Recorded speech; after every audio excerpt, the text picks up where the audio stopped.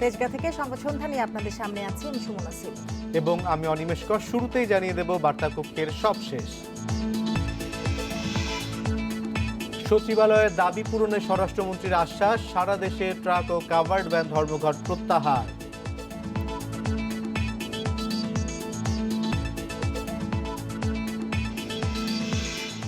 করোনায় আরো ৩৬ মৃত্যু, নতুন রোগী ১,৩৭৬ জন, শনাক্তের হার ৪.৭৯।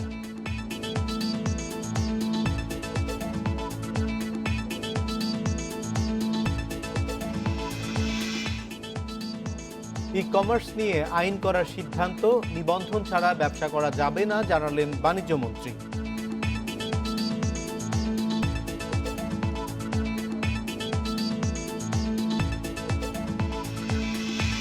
প্রাথমিকে ২৩ ও মাধ্যমিকে ৩৫% শিক্ষার্থী স্কুলে আসছে না, কারণ খুঁজতে কাজ করছে ২ মন্ত্রণালয়।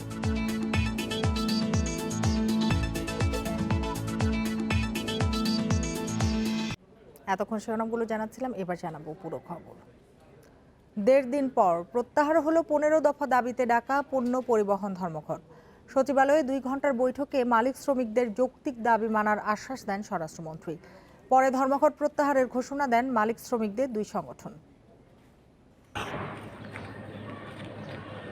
৭২ ঘন্টার ধর্মঘট, তবে অর্ধেক সময় পার না হতেই পণ্যবাহী ট্রাক, কাভার্ড ভ্যান, ট্যাঙ্ক লরির লাইন দীর্ঘ হতে থাকে স্থলবন্দর থেকে সমুদ্র বন্দর সবখানেই।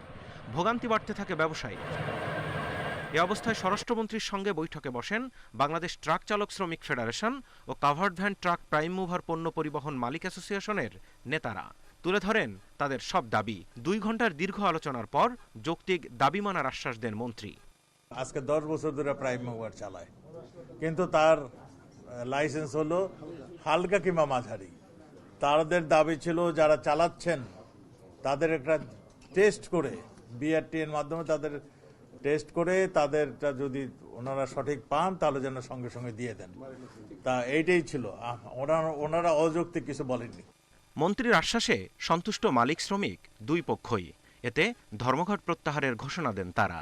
৭২ ঘন্টার যে কর্মবিরতি ছিল, আমরা মন্ত্রী মহোদয়ের নেতৃত্বে সভাপতিত্বে আজকের এই আলোচনা বৈঠকে আমরা অত্যন্ত সন্তুষ্ট। দীর্ঘ সময় বৈঠকে আমরা সন্তুষ্ট হয়ে আমরা আমাদের কর্মবিরতি প্রত্যাহার করলাম। ট্রাক কাভার্ড ভ্যানে অগ্রিম আয়কর নেওয়া বন্ধ, আগাম নেওয়া কর ফেরত ও ভারী যানের চালকদের লাইসেন্স দেওয়া সহ ১৫ দফা দাবিতে দীর্ঘদিন সরব আছেন মালিক শ্রমিকেরা। Zahidul Bashar, independent news, Dhaka. দেশে করোনায় আক্রান্ত হয়ে আরও ৩৬ জনের মৃত্যু হয়েছে। ২৪ ঘন্টায় রোগী শনাক্ত হয়েছে ১,৩৭৬ জন। বুধবার স্বাস্থ্য অধিদপ্তর এসব তথ্য দিয়েছে। করোনা সংক্রমণ নিয়ন্ত্রণে রাখতে সবাইকে স্বাস্থ্যবিধি মানার তাগিদ স্বাস্থ্য বিশেষজ্ঞদের। সারা দেশে ৮১০টি ল্যাবে ২৪ ঘন্টায় ২৮,৭৩৬ জনের নমুনা পরীক্ষা হয়েছে। করোনা শনাক্ত হয়েছে ১,৩৭৬ জনের। পরীক্ষা বিবেচনায় শনাক্তের হার ৪.৭৯%। স্বাস্থ্য অধিদপ্তরের তথ্য মতে করোনায় মৃত্যু হয়েছে ৩৬ জনের। এর মধ্যে ঢাকা বিভাগে ১৮ আর চট্টগ্রামে ১০, রাজশাহী, খুলনা ও সিলেটে ২ জন করে এবং রংপুর ও ময়মনসিংহে মারা গেছেন ১ জন করে। সরকারের নানা পদক্ষেপে করোনা নিয়ন্ত্রণে এসেছে বলে জানান স্বাস্থ্যমন্ত্রী জাহিদ মালেক। তারপরও সবাইকে স্বাস্থ্যবিধি মানতে হবে। এখন করোনা মোটামুটি নিয়ন্ত্রণে আসছে বাংলাদেশে। আজকে দেখলাম গতকালও ছিল ৪.৫% সংক্রমণের হার, মৃত্যুর হারও ৩৫-৪০ এবং ২৬০০ নেমেছিল, যেটা ছিল ৩৫০ উঠেছিল মৃত্যুর হার per day. So we could manage to control that. গত ২৪ ঘন্টায় করোনা মুক্ত হয়েছে ১,৪২৭ জন। এ পর্যন্ত মোট সুস্থ হলেন ১৫,০৬,১৩৬ জন।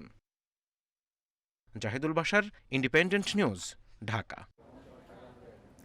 সরকারের কোনো না কোনো প্রতিষ্ঠানের অনুমতি নিয়ে ব্যবসা করেছে ই-ভ্যালি, তাই তাদের জালিয়াতির দায় বাণিজ্য মন্ত্রণালয়, বাংলাদেশ ব্যাংক সহ সংশ্লিষ্ট সব দপ্তরকে নিতে হবে বলে মন্তব্য করেছেন অর্থমন্ত্রী। তবে বাণিজ্যমন্ত্রী বলছেন, অনলাইনে প্রতারণা ঠেকাতে সরকারের পাশাপাশি সতর্ক হতে হবে জনগণকেও। রাজধানীতে আলাদা সংবাদ সম্মেলনে এসব কথা বলেন মন্ত্রীরা। ব্যাংকে জয়েন করার পরে আমার উদ্যোক্তা হওয়ার স্বপ্ন হয়েছে এরকম ঠিক না। ই ভ্যালি, ই অরেঞ্জ সহ বেশ কয়েকটি ই কমার্স প্রতিষ্ঠানের প্রতারণার শিকার হয়েছে কয়েক লাখ মানুষ। সম্প্রতি কয়েকটি প্রতিষ্ঠানের শীর্ষ কর্মকর্তা গ্রেফতার হয়েছে, কিন্তু ক্রেতারা তাদের টাকা ফেরত পাবে কিনা তা নিয়ে সংশয় তৈরি হয়েছে। এছাড়াও এইসব প্রতারণার দায় কার তা নিয়ে চলছে পাল্টাপাল্টি প্রশ্ন।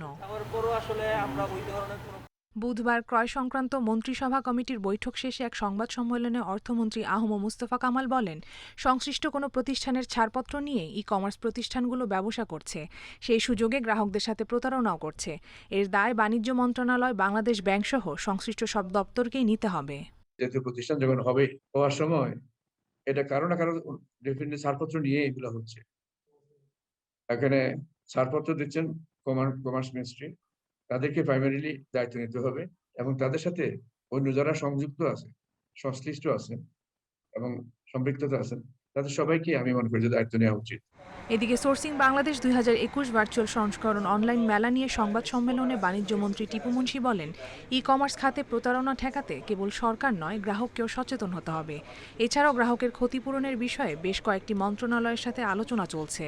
প্রতিবারই আমাদের নতুন শিক্ষা হচ্ছে, আমরাও সতর্ক হচ্ছি, কিন্তু আপনারাও একটু দয়া করে যে এই প্রচারটা করবেন। আমি আমার মন্ত্রণালয় নির্দেশ দিয়েছি এই জন্য কন্টিনিউয়ার জন্য একটা প্রচারের ব্যবস্থা করা হয়, যে মানুষ আপনারা দেখে শুনে বুদ্ধি বিবেচনা করে এইভাবে এইখানে টাকা ইনভেস্ট করেন, এটা দরকার। এছাড়াও যুবক ডেস্টিনি সহ বিভিন্ন প্রতিষ্ঠানের সম্পদ মূল্যায়ন করে ক্ষতিগ্রস্তদের জন্য করণীয় ঠিক করতে সরকার কাজ করছে বলেও জানান বাণিজ্যমন্ত্রী। আমরা আলোচনা করে একটা ওয়ে আউট করব। Koptia Mumtahana, independent news, Dhaka.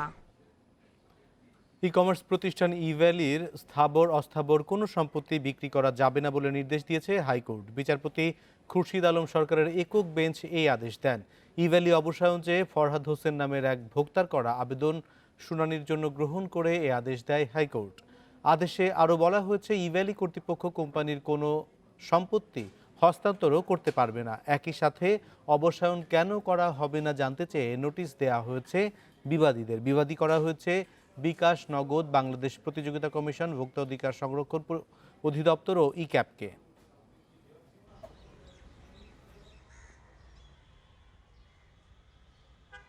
প্রোডাক্টটা ডেলিভারি না পাওয়াতে উনি প্রায় ফোন করে ইভ্যালিতে, ইভ্যালি ওনাকে কমিটমেন্ট করে প্রোডাক্ট দেওয়া হবে, বা টাকা ফেরতের কথা মানে দিতে চায় না তারা। তো 5 মাস অপেক্ষা করার পরে তিনি একটা ওয়ার্নিং অ্যাপ অ্যাপ্লিকেশন ফাইল করে কোম্পানি কোর্টে, সুপ্রিম কোর্টে।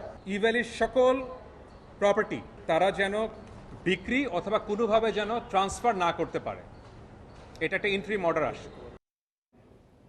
ই ভ্যালির সম্পদ খতিয়ে দেখে গ্রাহকদের কিভাবে ফেরত দেওয়া যায় সে বিষয়ে ব্যবস্থা নেওয়া হবে বলে জানিয়েছেন বাণিজ্যমন্ত্রী টিপু মুন্সি।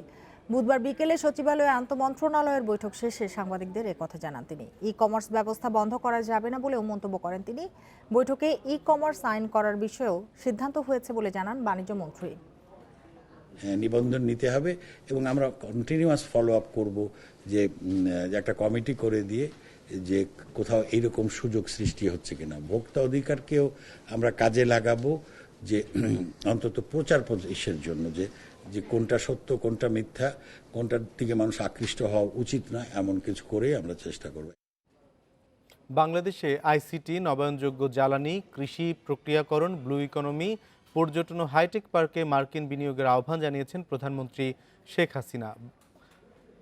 মঙ্গলবার নিউ ইয়র্কে ইউএস বাংলাদেশ বিজনেস কাউন্সিল আয়োজিত ভার্চুয়াল গোলটেবিল আয়োজনে আহ্বান জানান তিনি। এর আগে সকালে একটি উচ্চ পর্যায়ের বৈঠকে বিশ্বের নারী নেতাদের নেটওয়ার্ক গঠনের আহ্বান জানান প্রধানমন্ত্রী।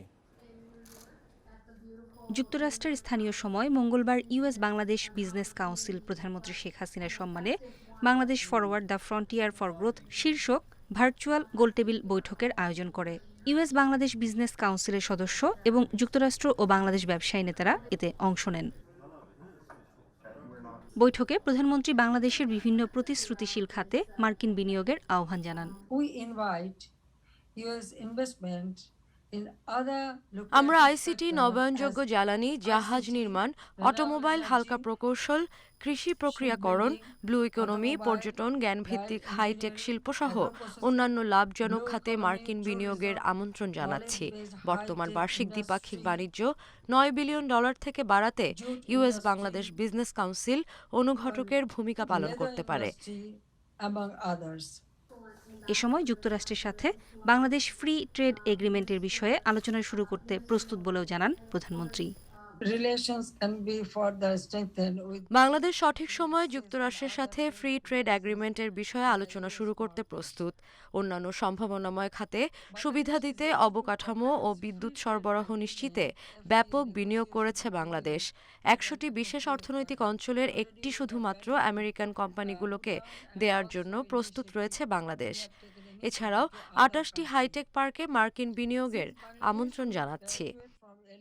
মঙ্গলবার জাতিসংঘের ৭৬তম সাধারণ পরিষদের উদ্বোধনী অধিবেশনে যোগ দেন প্রধানমন্ত্রী শেখ হাসিনা। পরে জাতিসংঘ সাধারণ পরিষদের সভাপতির আহ্বানে নারী নেতাদের নিয়ে একটি উচ্চ পর্যায়ের বৈঠকে বিশ্ব নেতাদের সামনে 3টি প্রস্তাব রাখেন। এছাড়াও নিউ ইয়র্কে কুয়েত ও সুইডেনের প্রধানমন্ত্রীর সঙ্গে দ্বিপক্ষীয় বৈঠক করেন প্রধানমন্ত্রী। নূরা জান্নাত, ইন্ডিপেন্ডেন্ট নিউজ। দারিদ্র দূরীকরণের পাশাপাশি দেশকে সঠিক পথে এগিয়ে নেয় প্রধানমন্ত্রী শেখ হাসিনাকে এসডিজি পুরস্কার দেওয়া হয়েছে বলে জানিয়েছেন আওয়ামী লীগের সাধারণ সম্পাদক ওবায়দুল কাদের। সকালে রাজধানীর বাসভবনে একথা জানান তিনি। ওবায়দুল কাদের বলেন, দেশের ইতিহাসে এই অর্জন মাইল ফলক হয়ে থাকবে। বাংলাদেশ সঠিক পথে এগিয়ে যাওয়ায় বাংলাদেশের প্রধানমন্ত্রীকে এই এসডিজি অগ্রগতি পুরস্কার দিয়েছে। দ্রুত এগিয়ে চলার ক্ষেত্রে যুগান্তকারী সাফল্যের জন্য এই বিশ্ব স্বীকৃতি বাংলাদেশের ইতিহাসে একটি মাইল ফলক হিসাবে চিহ্নিত হয়ে থাকবে। করোনায় স্কুল খুলেছে 1.5 বছর পর, কিন্তু প্রাথমিক পর্যায়ে 23% ও মাধ্যমিকে 35% শিক্ষার্থী স্কুলে আসছে না। বিষয়টি ভাবিয়ে তুলেছে কর্তৃপক্ষকে। কারণ খুঁজতে কাজ শুরু করেছে 2টি মন্ত্রণালয়। এরপর ব্যবস্থা নেওয়া হবে বলে জানিয়েছে সংশ্লিষ্টরা। 1.5 বছর পর 12 সেপ্টেম্বর খুলেছে স্কুল। সীমিত পরিসরে ক্লাসও চলছে, কিন্তু অনেক ক্লাসে শিক্ষার্থী উপস্থিতি কমেছে। রাজধানীর নীলক্ষেতের শহীদ বুদ্ধিজীবী ডক্টর আমিন উদ্দিন সরকারি প্রাথমিক বিদ্যালয়। এই স্কুলে 5ম শ্রেণীর 95% শিক্ষার্থী ক্লাসে আসছে, কিন্তু প্রথম, দ্বিতীয়, তৃতীয় ও চতুর্থ শ্রেণীতে আসছে না 35%। স্কুল কর্তৃপক্ষ বলছে, অনেক অভিভাবক ভয়ে শিশুকে স্কুলে পাঠাচ্ছেন না। যে সকল বাচ্চা অনিয়মিত, তাদের অভিভাবকদের সাথে কথা বলে দেখা গেছে তারা হয়তো ভাবছে যার কয়েকটা দিন যাক, তারা আসছে না এরকম। মন্ত্রণালয় বলছে, প্রাথমিক বিদ্যালয়ে গড়ে 23% শিক্ষার্থী স্কুলে আসছে না। কেন আসছে না তা খোঁজা হচ্ছে। বিভিন্ন ধরনের প্রণোদনা দেই আমরা উপবৃত্তি দিচ্ছি। আমরা 100 টাকা দিতাম, এখন 150 টাকা করা হয়েছে। তারপরে আপনারা জানেন যে আমরা প্রায় কিট অ্যালাউন্স দিলাম প্রায় 1 কোটি 40 লক্ষ বাচ্চাকে। মাধ্যমিক ও উচ্চশিক্ষা অধিদপ্তরের তথ্য অনুযায়ী ক্লাসে আসছে না 35% শিক্ষার্থী। ধারণা করা হচ্ছে, অনেক শিক্ষার্থী বাল্যবিবাহ ও শিশু শ্রমের শিকার। আমাদের শহরাঞ্চলে, গ্রামাঞ্চলে বা প্রত্যন্ত অঞ্চলে এক এক জায়গায় এক এক রকম হয়। তো আমরা যেটা দেখছি যে আমাদের শিক্ষার্থী উপস্থিতি খুব খারাপও না, খুব ভালো না, এরকম একটা অবস্থায় আছে। এর অনেকগুলো কারণ আছে। একটি হচ্ছে যে অনেক অভিভাবক আছেন যারা এখনও শঙ্কিত, তারা তাদের সন্তানদেরকে পাঠাতে চাচ্ছেন না। অনেকে স্কুলে না আসলেও ঝরে পড়েছে সেটা বলা যাবে না। কত শতাংশ লেখাপড়া ছেড়েছে সেটি বের করতে আরও সময় লাগবে বলছে মন্ত্রণালয়। নূরে আলম, ইন্ডিপেন্ডেন্ট নিউজ, ঢাকা। বিনা প্রতিদ্বন্দ্বিতায় নির্বাচন হয়, নির্বাচন ম্লান হয়েছে বলে মন্তব্য করেছেন নির্বাচন কমিশনার মাহবুব তালুকদার। বিকেলে রাজধানীর আগারগাঁওয়ে নির্বাচন কমিশন সচিবালয়ে মন্তব্য করেন তিনি। সম্প্রতি 44 জন ইউপি চেয়ারম্যান ও 9 জন পৌরসভা মেয়র বিনা প্রতিদ্বন্দ্বিতায় জয়ী হয়েছেন। এ প্রসঙ্গে মাহবুব তালুকদার প্রশ্ন তোলেন, নির্বাচন হলো অনেকের মধ্যে বাছাই, তাই বিনা প্রতিদ্বন্দ্বিতায় জয়ী হওয়াদের নির্বাচিত বলা যায় কি? তিনি আরও বলেন, স্থানীয় সরকার নির্বাচনে সহিংসতায় জড়িতদের বিরুদ্ধে এরই মধ্যে ব্যবস্থা নেওয়া হয়েছে। পাশাপাশি আচরণবিধি ভঙ্গের অভিযোগে একজন সংসদ সদস্যকে সতর্কও করা হয়েছে।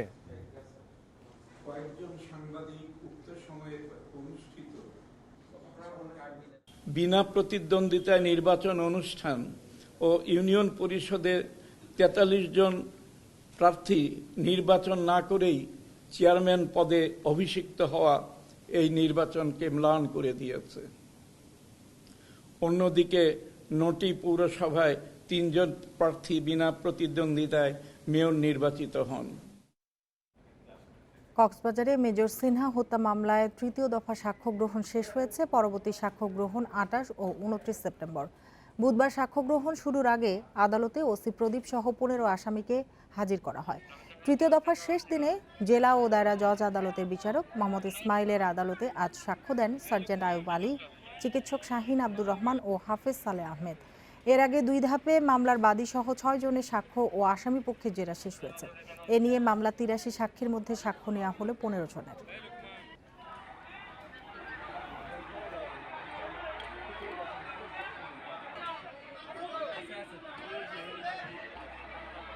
ফেনীতে আলামিন হত্যা মামলার মূল আসামি ডায়মন্ড দিনাজপুর থেকে গ্রেপ্তার হয়েছে। সিআইডি বলছে প্রেমিকার আত্মহত্যার প্রতিশোধ নিতে এ হত্যাকাণ্ড। বুধবার সিআইডির মিডিয়া সেন্টারে সংবাদ সম্মেলনে এসব তথ্য দেয় সংস্থাটি। নওগাঁর একই এলাকার বাসিন্দা আলামিন, ডায়মন্ড ও তোপাজ্জল কাজের তাগিদে ফেনীতে গিয়ে একই ঘরে বাস করত তারা। সিআইডি বলছে নওগাঁর একই গ্রামের পপির সাথে প্রেম ছিল ডায়মন্ডের। বিষয়টি পপির বাসায় জানিয়ে দেওয়ার হুমকি দিয়ে ব্ল্যাকমেল করত আলামিন, এমনকি তাকে যৌন নির্যাতনও করে। এক পর্যায়ে আত্মহত্যা করে পপি। ডায়মন্ড জানতে পারে যে পপি মণ্ডলের বসতগৃহে তার কক্ষে এক রাতে তার বন্ধু আলামিন, রুবেল, হাসিবুর এবং আবু বক্কর প্রবেশ করে এবং এই পপি মণ্ডলের উপর যৌন নিপীড়ন চালায়। এক পর্যায়ে গত 16 জুন ইঁদুরের বিষ পান করে পপি মণ্ডল আত্মহত্যা করে। পরে আলামিনকে হত্যার পরিকল্পনা করে ডায়মন্ড। সিআইডি জানায় 3 সেপ্টেম্বর ফেনীতেই কুপিয়ে হত্যা করে পালিয়ে যায় ডায়মন্ড। এই ঘটনার পরিপ্রেক্ষিতেই মোহাম্মদ ডায়মন্ড তিনি কিন্তু পরিকল্পনা করতে থাকে। একই রুমের মধ্যে 3 জন যেহেতু অবস্থান করছেন, অনেক দিন ধরেই পূর্ব পরিকল্পনা তিনি করেন এবং সেই পরিকল্পনা মোতাবেক 3 সেপ্টেম্বর রাত আনুমানিক 2:30টার সময় তিনি একটি ছুরি দিয়ে তাকে আঘাত করে তাকে হত্যা নিশ্চিত করে সেখান থেকে পালিয়ে চলে যান। এছাড়া সংবাদ সম্মেলনে সিআইডি জানায় আশুলিয়ায় 19টি স্বর্ণের দোকানে ডাকাতি চক্রের সদস্যরাই রাপা প্লাজায় ডাকাতির সঙ্গে সম্পৃক্ত। এসব ঘটনায় পুরান ঢাকার কিছু স্বর্ণ ব্যবসায়ী জড়িত বলে দাবি সিআইডির। Suman Tanvir, independent news, Dhaka. অপহরণের 9 বছর পর অপহৃতকে উদ্ধার করে থানায় পৌঁছে দিল মামলার 1 নম্বর আসামি। বরিশালের গৌরনদীতে এই ঘটনা ঘটেছে। পুলিশ ও অপহৃত ব্যক্তির দাবি যারা অপহরণ করেছিল তারাই উদ্ধার করে এনেছে। আর আসামিদের দাবি অপহরণ মামলাটি একটি সাজানো নাটক। যে ব্যক্তি অপহরণ মামলার 1 নম্বর আসামি সেই ফিরিয়ে আনলো অপহৃত ব্যক্তিকে। গত 20 সেপ্টেম্বর ঢাকার যাত্রাবাড়ি থেকে 2012 সালে নিখোঁজ রাসেল মৃধাকে উদ্ধার করে অপহরণ মামলার 1 নম্বর আসামি এস রহমান। পরে বরিশালের গৌরনদী থানায় তাকে পৌঁছে দেয়। অপহৃত রাসেলকে বরিশালের নারী ও শিশু নির্যাতন দমন ট্রাইব্যুনালে হাজির করা হয় আজ। পুলিশ ও অপহৃত বলছে যারা অপহরণ করেছে তারাই উদ্ধার করে থানায় পৌঁছে দিয়েছে। গত পরশুদিনকার বিকালবেলা গিয়ে আমারে ধরে নিয়ে আসছে, আমার অত্যাচার করে গাড়ি তুলে অত্যাচার করছে, আমার ভয় বাক্য দেখাইছে। গুম বলতে কিছু নাই, এখানে বলছে অপহরণ করা, স্বার্থবৃত্তির অপহরণ ও সহায়তা। এটা এখন বিজ্ঞ আদালত যেটা সিদ্ধান্ত দেয় এটা হবে। 2012 সালে গৌরনদীর কলাবাড়িয়া গ্রামের মালার মৃধার ছেলে 14 বছরের শিশু রাসেল নিখোঁজ হয়। রাসেলের মা মনোয়ারা বেগম একটি অপহরণ মামলা করেন। মামলার 13 আসামির মধ্যে 5 আসামি কারাভোগের পর বর্তমানে জামিনে আছে, আর বাকিরা এখনও পলাতক। এদিকে অপহৃত শিশু রাসেল এখন যুবক এবং 2 সন্তানের পিতা। আসামিদের দাবি জমিজমা সংক্রান্ত বিরোধের জেরে তাদেরকে ফাঁসাতেই দেয়া হয়েছে হয়রানিমূলক এই মামলা। জমিজমা নিয়ে বিরোধের কথা স্বীকার করেছে অপহৃতের ভাইও। আর বাবা মা চাচারা এরা নিয়ে ওরা লুকাই রাখছে, লুকাই রেখে আমাকে নামে একটা মামলা দিছে। আমরা 14 জন আসামি, আমাদের পরিবার সহ আমরা শেষ। ঠিক আছে, আজকে আমরা রাস্তার ভিখারি এই মামলায়। 11 বছর পরে আমি দেশে আইছি, দেশে আমার ভাইরে পাইছি। আর এই যে মামলার এটা আমার চাচারাই দিছে, এরা 4-5টা আমগ্রামে মামলা দিছে, আমরাও নামে 2-3টা মামলা দিছি। পাবলিক প্রসিকিউটর বলছেন মামলায় অপহৃতকে সাক্ষী করা হবে। দীর্ঘদিন তাকে পাওয়া যায় না, এখন আসামিরা তাকে পাইছে এক জায়গায়, তাকে নিয়ে থানায় দিয়া তাকে দেখাইছে। আজকে ভিকটিম তার সে সাবালক বিদায় তাকে নির্দিন পাইতেছে। 20 কাঠা জমি নিয়ে বিরোধের জেরে এ পর্যন্ত অপহরণ মামলার বাদী ও আসামি পক্ষ থেকে একে অপরের বিরুদ্ধে 6টি মামলা করেছে। Independent news desk. পরীক্ষামূলকভাবে করোনা টেস্ট করে সংযুক্ত আরব আমিরাতে পাঠানো হলো 46 জন যাত্রীকে। সন্ধ্যা 7:30টার ফ্লাইটে আমিরাতে যান তারা। স্বাস্থ্য বিভাগ জানায় এসব যাত্রীর করোনা পরীক্ষা করা হয় RT-PCR পদ্ধতিতে। 46 প্রবাসীর করোনা পরীক্ষায় সবার করোনা নেগেটিভ ফল আসে। পরীক্ষা করা হয় বেসরকারি ল্যাব DMFR মোবাইল ভ্যানের ল্যাব থেকে। দুবাই পৌঁছার পর র্যাপিড PCR পদ্ধতিতে আবার করোনা পরীক্ষা করা হবে যাত্রীদের। ফলাফল ঠিক থাকলে RT-PCR পদ্ধতিতেই যাত্রী পাঠানো শুরু হবে। এরই মধ্যে প্রস্তুত করা হবে র্যাপিড PCR পদ্ধতি।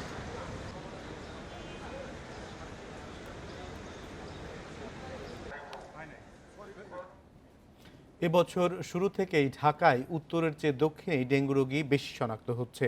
দক্ষিণের হাসপাতালেও এখন বেশি ভর্তি। সিটি কর্পোরেশনের মেয়রের দাবি, দক্ষিণে দিনে 40 জনের কম ডেঙ্গু জ্বরে আক্রান্ত হচ্ছে। এদিকে সারা দেশে আরও 229 জন ডেঙ্গুতে আক্রান্ত হয়েছে। এর মধ্যে ঢাকাতেই 176 জন। রাজধানীর মিটফোর্ড হাসপাতালে প্রতিদিনই ভর্তি হচ্ছে ডেঙ্গু রোগী। ঢাকা ছাড়াও আসছে দেশের বিভিন্ন প্রান্ত থেকে, তবে বেশিরভাগই ঢাকা দক্ষিণের বাসিন্দা। এগুলো মাঝে মধ্যে আই ওয়াশ জাস্ট খালি একটু দেখা নয়, মাঝে মাঝে গত 1 মাস আগে একবার দিছিল, তারপর আর দেয় নাই। তারপর সব জায়গায় না, ওই রাস্তাতে যায় ওই পর্যন্ত। 10 টাকা 20 টাকা হোক, ওটার বিনিময়ে যদি আমি বলি আমার বাসার ভিতরে একটু দেন, তাহলে ওটার বিনিময়ে কিছু টাকা দিতে হবে। শুধু এই হাসপাতালে গত 24 ঘন্টায় ডেঙ্গু রোগী ভর্তি হয়েছে 31 জন, যাদের বেশিরভাগের বাসা যাত্রাবাড়ি, জুরাইন ও শনিরাকড়া। উত্তরা বা মিরপুর, এখান থেকে রোগী খুব বেশি আসে না। আলটিমেটলি এখানে পুরান ঢাকার রোগী বেশি আসে। এর মধ্যে যাত্রাবাড়ি, জুরাইন এই এলাকার রোগী সবচেয়ে বেশি। সেই প্রথম থেকেই ছিল যাত্রাবাড়ি, জুরাইন এলাকার রোগী সবচেয়ে বেশি। এখনও যাত্রাবাড়ি এলাকার রোগী সবচেয়ে বেশি আসতেছে।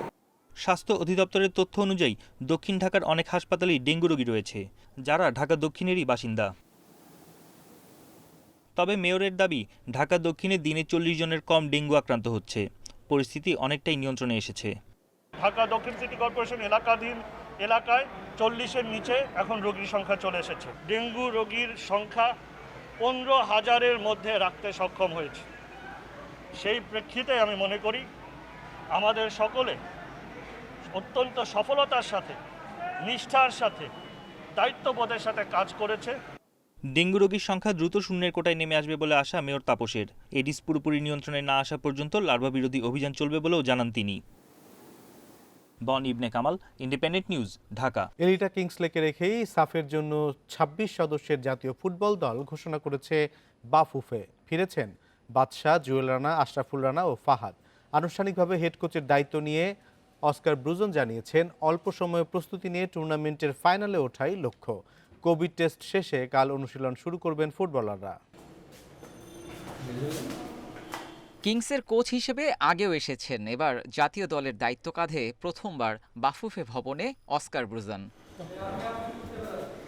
জামাল তপুদের সাফের জন্য প্রস্তুত করতে হাতে দিন কয়েক সময়। দল গুছিয়ে কিভাবে সাফ পুনরুদ্ধারের মিশনে নামবেন তার ধারণা দিলেন অন্তর্বর্তীকালীন হেড কোচ। আমি কোনো জাদুকর নই। 1 সপ্তাহে দলে আমূল পরিবর্তন সম্ভব নয়। আমার কিছু পরিকল্পনা আছে। যেহেতু গোল স্কোরিং আমাদের মূল সমস্যা, আমি 2 স্ট্রাইকার খেলাতে চাই। মিডফিল্ডেও শক্তি বাড়াতে হবে। ফাইনালে খেলাই আমাদের লক্ষ্য। 26 সদস্যের প্রাথমিক দলে নেই বড় কোনো চমক। অনুমিতভাবেই আছেন এলিটা কিংসলে। অভিজ্ঞ আশরাফুল রানা, জুয়েল, বাদশা ও তরুণ ফাহাদ ফিরেছেন। এখান থেকে মালদ্বীপের প্লেন ধরবেন 23 জন। তবে কিংসলের খেলার বিষয়টি এখনও নিশ্চিত করতে পারেনি বাফুফে। কিংসলের বিষয়টা আমরা এখনো ওয়েট করছি ফিফা থেকে একটা ছাড়পত্রের বিষয় বেসিক্যালি, সেটার উপর নির্ভর করবে সে খেলতে পারবে কিনা পারবে না। এই মুহূর্তে সে খেলতে পারছে না এখনো আমরা তার সমস্ত কাগজপত্র সব কিছু আমরা ফিফাতে পাঠিয়েছি। আমরা ওয়েট করছি তার উত্তরের জন্য এবং ছাড়পত্রের জন্য। তো যদি সেটা আমরা পাই তাহলে সে হয়তো টিমে অন্তর্ভুক্ত হতে পারে। 26 থেকে 23-এর মধ্যে সে আসতে পারে। পছন্দের কোচিং স্টাফ পেয়েছেন ব্রুজন। কিংসের 4 জন আছেন প্যানেলে, সাথে থাকবেন টেকনিক্যাল ডিরেক্টর পল স্মলি। আমি জানি এই মুহূর্তটা কঠিন, কিন্তু আমাদের সামনের দিকে এগিয়ে যেতে হবে। সবার চেষ্টা থাকবে সাফে ভালো কিছু করার। জেমিডে আমার খুব ভালো বন্ধু, কিন্তু ফুটবলে এমনটা হতেই পারে। বুধবারও অনুশীলন শুরু হয়নি জামালদের। ক্যাম্পে যোগ দিয়ে কোভিড পরীক্ষা শেষে বৃহস্পতিবার বিকালে শুরু হবে সাফের জন্য প্রস্তুতি। Abidur Rahman, independent news, Dhaka. মিরপুরের স্লো উইকেটে দাপট দেখিয়েছে টাইগার বোলিং আক্রমণ, কিন্তু বিশ্বকাপের ভিন্ন কন্ডিশনে কঠিন পরীক্ষা অপেক্ষা করছে। পাওয়ার প্লে ও ডেথ ওভার বোলিং চিন্তার বড় কারণ। নির্বাচক আব্দুর রাজ্জাক বলছেন, ওমান আমিরাতে স্পিন পেসার সমন্বয় রেখেই স্ট্র্যাটেজি ঠিক করতে হবে ম্যানেজমেন্টকে। বিশ্ব আসরে পেসারদের উপর গুরুত্ব দিচ্ছেন রাজ্জাক।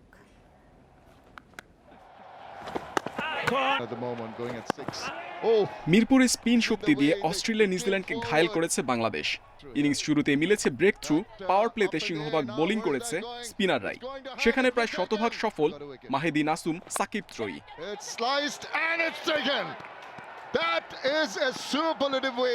ওমান আমিরাতে কি একই স্ট্র্যাটেজি হবে? বিশ্বকাপে তো আর মিরপুরের মতো কন্ডিশন পাবে না বাংলাদেশ। সেক্ষেত্রে পাওয়ার প্লে চ্যালেঞ্জে সমন্বয়টা হবে কি করে? ডিপেন্ড করে আসলে টিম ম্যানেজমেন্টের উপর। তো উইকেট দেখবে, সিচুয়েশন দেখবে, দেখে তার ডিসিশন নেবে যে আসলে কয়টা পেস বোলার কয়টা স্পিনার খেলাবে। তবে আমার কাছে যেটা মনে হয় যে হয়তো বাংলাদেশের যখন খেলা হয়েছে তার থেকে বেশি পেস বোলার ওখানে খেলবে। অলরাউন্ড অপশন দলের বড় শক্তি। সাকিব ছাড়া সাইফুদ্দিন মাহিদিকে দিয়ে 4 ওভারের কোটা পূরণ সম্ভব। পাওয়ার প্লের সাথে ডেথ ওভার, বোলিং নিয়ে যত চিন্তা, যেখানে মুস্তাফিজি টাইগারদের প্রধান অস্ত্র। বাকি দায়িত্বটা কে নেবে বিশ্বকাপে? ওয়ার্ল্ড কাপে আসলে এত বেশি বোলিং আসলে স্পিনাররা করতে পারবে, স্পেশালি ডেথ ওভারগুলোতে। তো সেখানে আসলে পেস বোলার, আমার কাছে যেটা মনে হয় যে ডেফিনেটলি টিম ম্যানেজমেন্ট আরও ভালো ডিসিশন নেবে বলে আমি আশাবাদী যে ডেথ ওভারটাতে যাতে পেস বোলাররা বোলিং করে। মোটামুটি সে যে টিম ম্যানেজমেন্ট সবার উপরই আশাবাদী যে সবাই মুস্তাফিজের সাথে ডেথ ওভারে যাকে দরকার হবে সেই করতে পারবে। 4 পেসার, 3 জেনুইন স্পিনারে টাইগার স্কোয়াড পার্ট টাইমারও আছে। বিশ্বকাপ মিশনে কন্ডিশন বুঝে কম্বিনেশন ঠিক করাই বড় চ্যালেঞ্জ। বিচক্ষণতার পরিচয় দিতে হবে ম্যানেজমেন্টকে। Mohammad Nazim, independent news, Dhaka. Corona মহামারীর বিধিনিষেধে পর্যটন শিল্প নির্ভর থাইল্যান্ডে সবথেকে ক্ষতির সম্মুখীন হয়েছে দেশটির ট্যাক্সি ড্রাইভাররা। এমন অবস্থায় পর্যটন খাতকে সচল করতে প্রতিবাদের অভিনব দৃষ্টান্ত স্থাপন করেছে দেশটির ট্যাক্সি ইউনিয়ন। গাড়ির ছাদে সবজি বাগান করে ফলাচ্ছে নানান সবজি।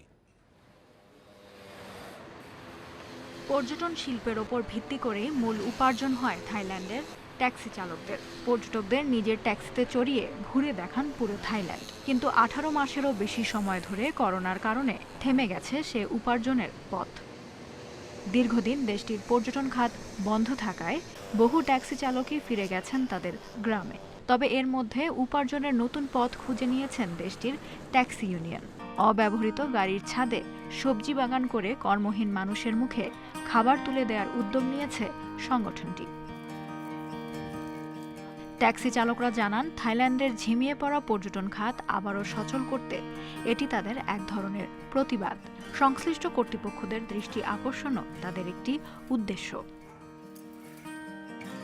ট্যাক্সির ছাদে বাঁশের কাঠামো তৈরি করে তাতে প্লাস্টিকের ব্যাগে মাটি দিয়ে টমেটো, শসা, শিম সহ বিভিন্ন সবজির চাষ করছেন চালকরা। অনেকেই বলছেন, দূর থেকে দেখলে মনে হয় পুরো জায়গাটি একটি art gallery. Lutfa Fauzia, independent news. এই ছিল সংবাদ সন্ধ্যার আয়োজন। ইন্ডিপেন্ডেন্ট টেলিভিশনের সব খবর আরো বিস্তারিত জানতে চোখ রাখুন ফেসবুক, ইউটিউব এবং টুইটারে। ধন্যবাদ সবাইকে এতক্ষণ সাথে থাকার জন্য।